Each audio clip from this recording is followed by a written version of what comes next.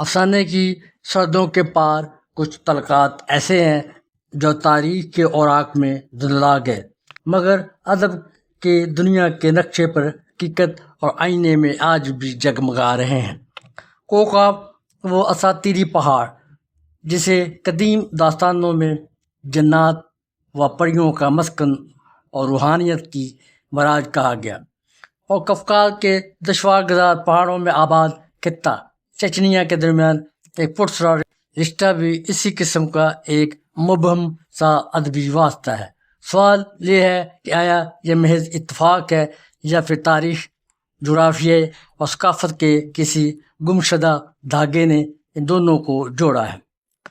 خاص طور پر جب بات آتی ہے خوبصورتی کی، چچنیا کی شاداب وادیوں اور برف پوش چوٹیوں کی دلکشی اور وہاں کی خواتین کے مشہور حسن و جمال کی، تو یہ رشتہ اور بھی پرکشش ہو جاتا ہے۔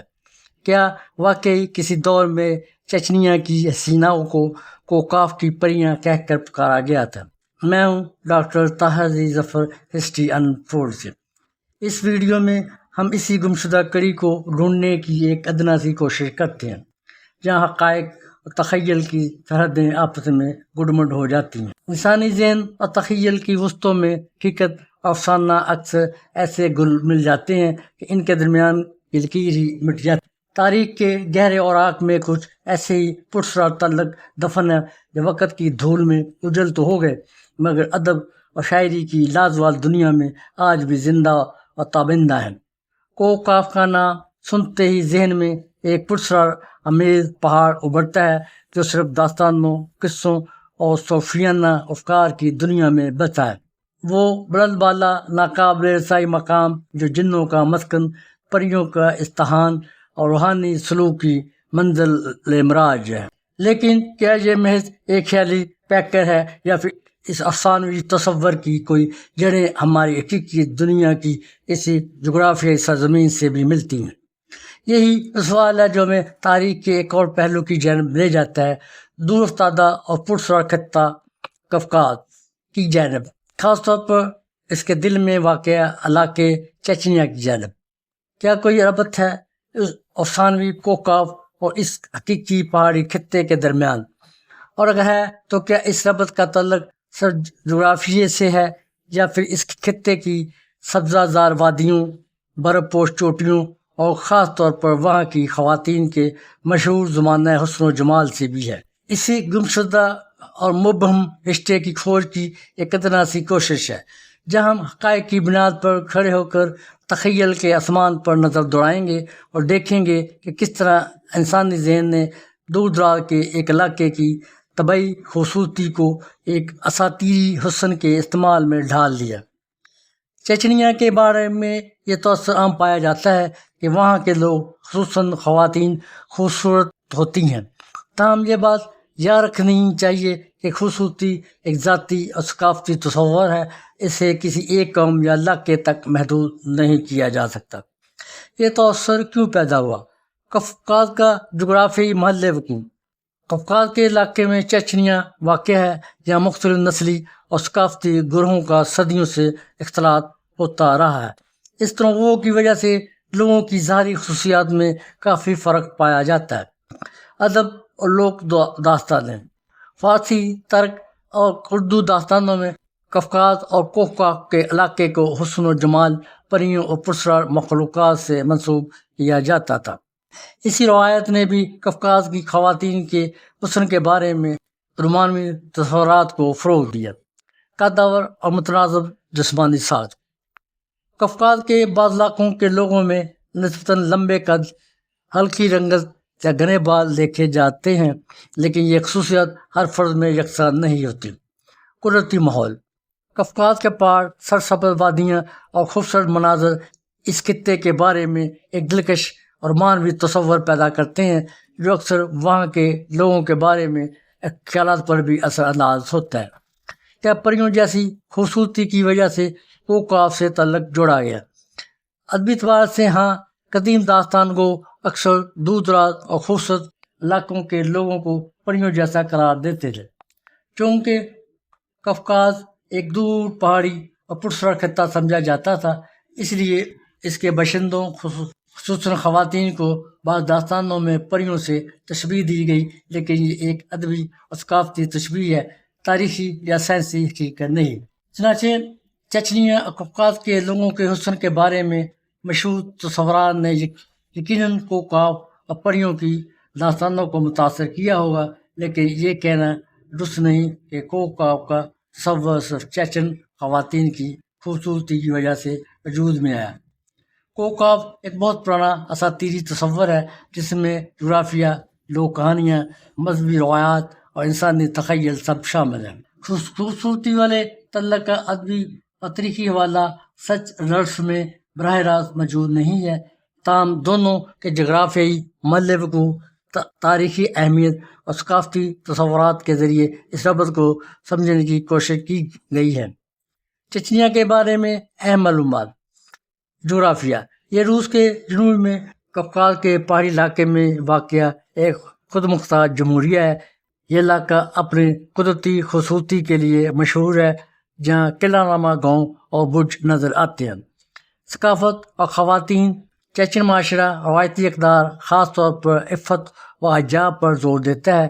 چیچن خواتین اپنے روایتی لباس انداز کے باعث مشہور ہیں، جو ان کے ثقافتی فخر کی عکاسی کرتا ہے۔ ادب میں کوکاف ایک افسانوی پہاڑ ہے جو فارسی، عربی اور اردو ادب میں پایا جاتا ہے۔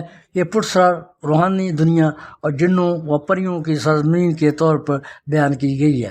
چچنیا اور کوکاف کے مقبوضہ تعلق کی اگر بات کریں، جغرافیائی مشابہت: چچنیا حقیقی دنیا میں قفقاز کے پہاڑوں میں واقع ہے، جبکہ کوکاف افسانوں میں زمین کو گھیرے ہوئے ایک پہاڑی سلسلے کے طور پر بیان کیا گیا ہے۔ دونوں کی پہاڑی نوعیت نے شاید ان کے درمیان علامتی تعلق قائم کرنے میں مدد کی ہے۔ دوری اور پراسراریت: تاریخی طور پر قفقاز کا علاقہ، جس میں چچنیا شامل ہے، کئی تہذیبوں کے لیے دور دراز اور پراسرار سمجھا جاتا تھا۔ یہی پراسراریت اور دشوار گزار پہاڑی منظر کو کوکاف کی علامتی تصویر سے ملتی جلتی ہے۔ خواتین کی خوبصورتی کا ربط: اردو و فارسی شاعری میں حور یا پری جیسی اصطلاحات عموماً غیر معمولی حسن و جمال کی حامل خواتین کے لیے استعمال ہوتی ہیں۔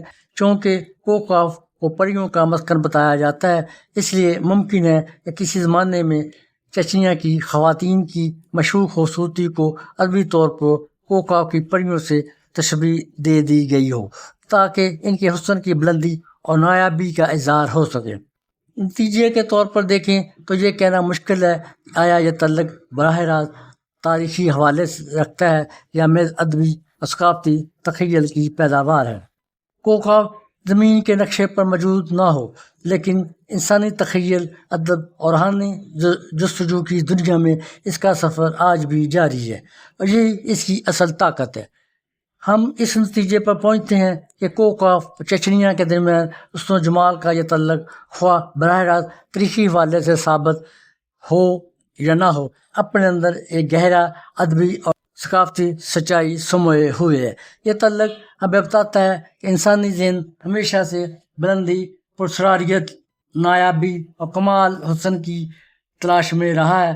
جب اسے حقیقی دنیا میں قفقاز جیسا ایک بلند، دشوار گزار اور دلکش خطہ ملا، اور وہاں کی خواتین میں وہ وقار حسن نظر آیا جو اس کی جغرافیائی عظمت کے ہم پلہ تھا، تو اس کے تخیل نے فوراً اسے اپنے سب سے بلند اور پراسرار اساطیری استعارے کوکاف سے جوڑ دیا۔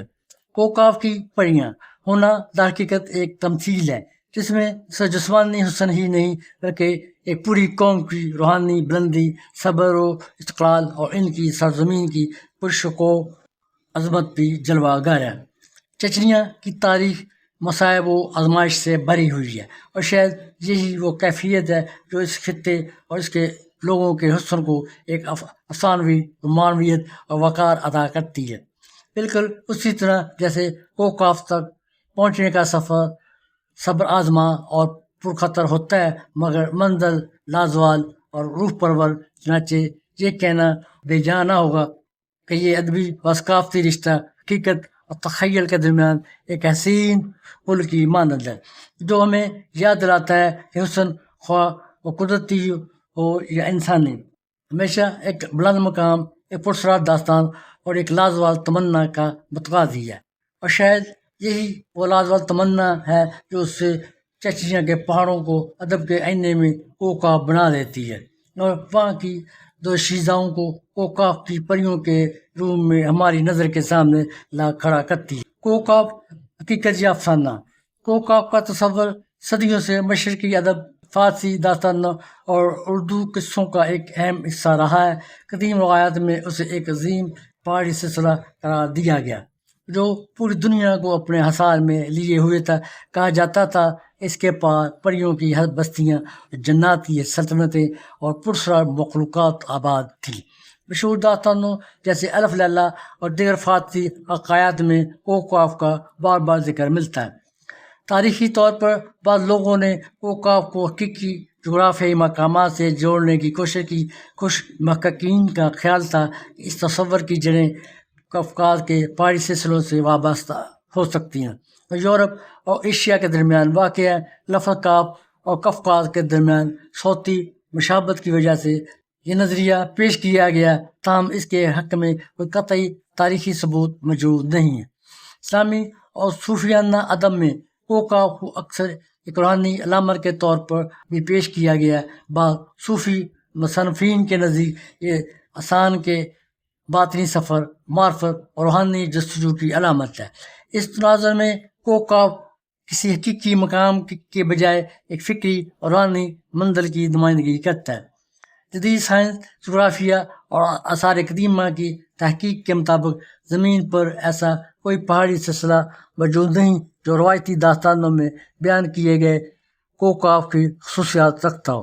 یہی وجہ ہے کہ آج کے بیشتر مورخین اور محققین اسے ایک افسانوی اور ادبی تصور سمجھتے ہیں جس نے صدیوں تک انسان کے تخیل کو مہمیز دی۔ اگرچہ کوکاف کا حقیقی وجود ثابت نہیں ہو سکا، لیکن ادب، ثقافت اور لوک روایات میں اس کی اہمیت آج بھی برقرار ہے۔ یہ ایک ایسی علامت بن چکا ہے جو اسرار، جستجو، خواب اور نامعلوم دنیاؤں کی نمائندگی کرتا ہے۔ چنانچہ کوکاف اور چچنیا کے درمیان حسن و جمال کا یہ تعلق خواہ کتنا ہی پرفریب اور شاعرانہ کیوں نہ ہو، یہ ہمیں یاد دلاتا ہے کہ انسانی تہذیب میں خوبصورتی کی تلاش اور تعریف ہمیشہ سے کسی نہ کسی دور دراز اور پرسرار مقام سے وابستہ رہی ہے، خواہ وہ افسانوی کوکاف ہو یا حقیقی کوکاف یعنی قفقاز۔